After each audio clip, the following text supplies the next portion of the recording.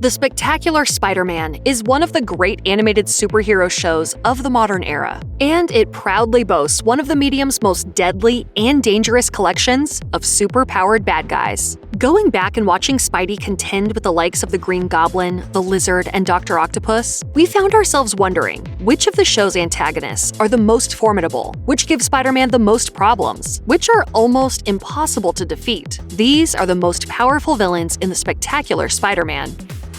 In a world of mad science, underworld intrigue, and meticulously themed weaponry, sometimes you just need some pure, brainless brute force. That's certainly what Rhino brings to the table. Hit 22, please.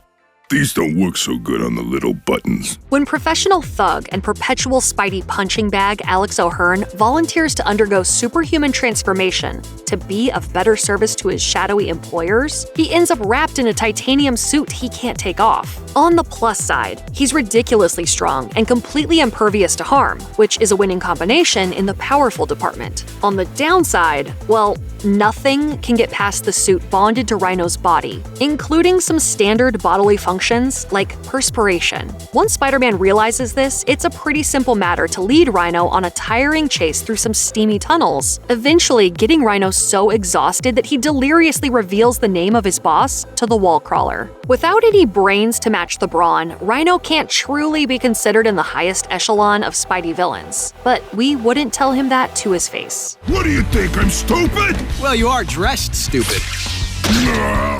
The Vulture is one of Spider-Man's oldest comic book villains. In The Spectacular Spider-Man, he keeps a somewhat lower profile. Appearing in the very first episode, he nonetheless shares Villain of the Week status with the Enforcers, and thereafter only returns when it's time for someone to form the Sinister Six. And even in that first episode, he's not really after the Webhead himself. Adrian Toomes is seeking revenge on his fellow scientist, Norman Osborn, for stealing his work on high-tech flight. We're flying with the freaks now, boys.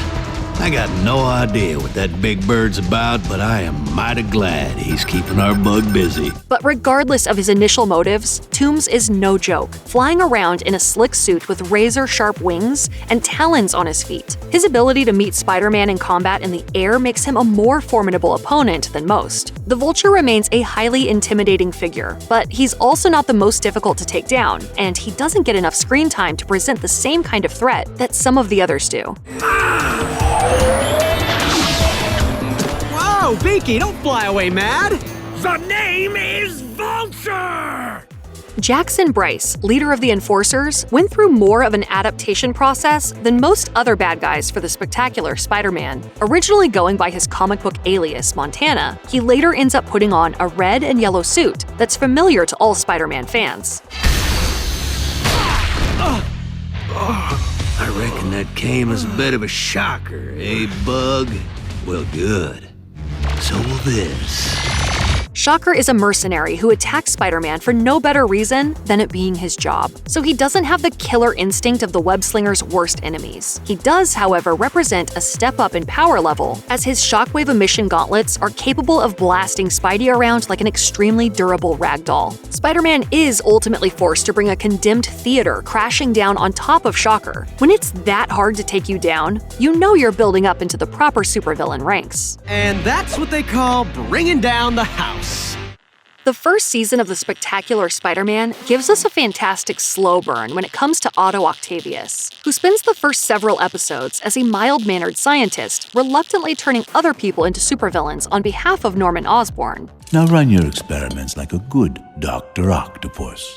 Mr. Osborn, please, I've told you that name is so demeaning. Eventually, though, it happened as we all knew it would. There's an accident in Otto's lab, which leaves him physically and mentally fused, with the 4 high-tech tentacles he used as prostheses, complete with the classic image of the neural link melting into the top of his spine. As a result, not only can the newly christened Dr. Octopus control all 4 arms with his thoughts, he's also gone dangerously mad. The combination of genius and insanity isn't an uncommon one in Spider-Man villains, but Doc Ock's intellect is what really puts him at another level in The Spectacular Spider-Man. In his debut episode, Octavius easily figures out Spidey's plan to wait until his power source is depleted. Likewise, realizes the Wallcrawler's unwillingness to let innocents get hurt, and expertly uses the latter to counter the former. Choose the device or the girl? He's also the one who first reasons that teaming up to fight Spider-Man is more effective than beating him one-on-one, leading to the formation of the Sinister Six. The robot tentacles are a real problem for Spidey, but it's Doc Ock's mind that makes him a truly powerful threat. The Joker to Spider-Man's Batman, the Green Goblin has long been considered among the most fiendish of the Wallcrawler's rogues gallery, serving up death with a giggle and a grin. You gotta love the classics. Interestingly, the Spectacular Spider-Man inverts the Goblin's identity progression through the Osborn family. In the standard telling, Norman Osborn is the original Green Goblin, with his son Harry taking up the mantle after his father's death. In the Spectacular Spider-Man, Harry becomes the first Goblin. You're the Green Goblin? It's only in the show's second season that the truth of Norman's villainy is revealed, and the Green Goblin manifests in the person it was always meant to be. Of course, it isn't just his personal connections to Peter that makes the Green Goblin dangerous. More directly relevant to his power level is his instability, his total disregard for the lives of others, his iconic glider, and his pumpkin bombs, which detonate with the sound of screams. If you don't think the flying psychopath with the murder grenades is powerful, you haven't been paying attention. Still, he's not the absolute worst on this list. Oh, how embarrassing. But at least I brought party favors. Like his partner, Alex O'Hearn, Flint Marko is a thug for hire in the Spectacular Spider-Man, given superpowers by Otto Octavius after one too many defeats at Spider-Man's hands. Marco, how many times do I have to take you down? Unlike O'Hearn, though, Marko is transformed into one of Spidey's most powerful opponents, the Sandman, whose entire body is now essentially constructed of shifting sands. Not only can he shape his body into weapons, he can also slip right through Spider-Man's webs. All webbed up and nowhere to go. Heh, who do you think I am? Flint Marko? Spider tricks don't work on the Sandman. In fact, if there hadn't been a handy cement mixer nearby, Spidey probably wouldn't have made it past the show's 5th episode. Sandman's malleability is his strength, and the only way to defeat him is to take that away. In this case, by encasing him in cement. He isn't the brightest bulb in the box, but Sandman's power level is immense when compared to other Spider-Man villains, most of whom could only dream of being able to mold themselves into whatever form they desire.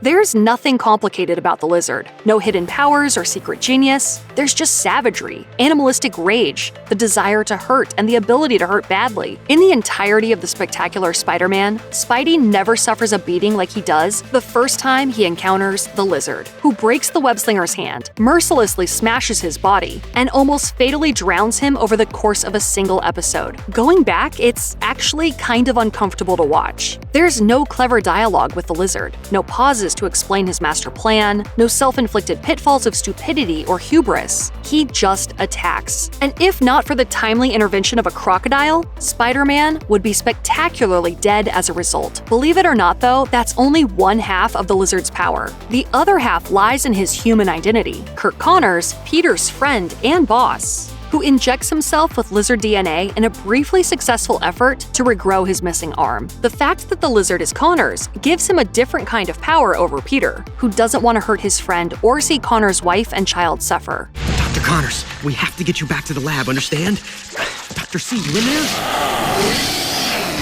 Okay, maybe not. A near unstoppable force of nature that you can barely survive even when you're not pulling your punches, that's powerful. There's only one contender for the title of Spider-Man's worst enemy, and at the end of the first season, the Spectacular Spider-Man brings him out to play. From now on, we're poison to Peter Parker and Spider-Man.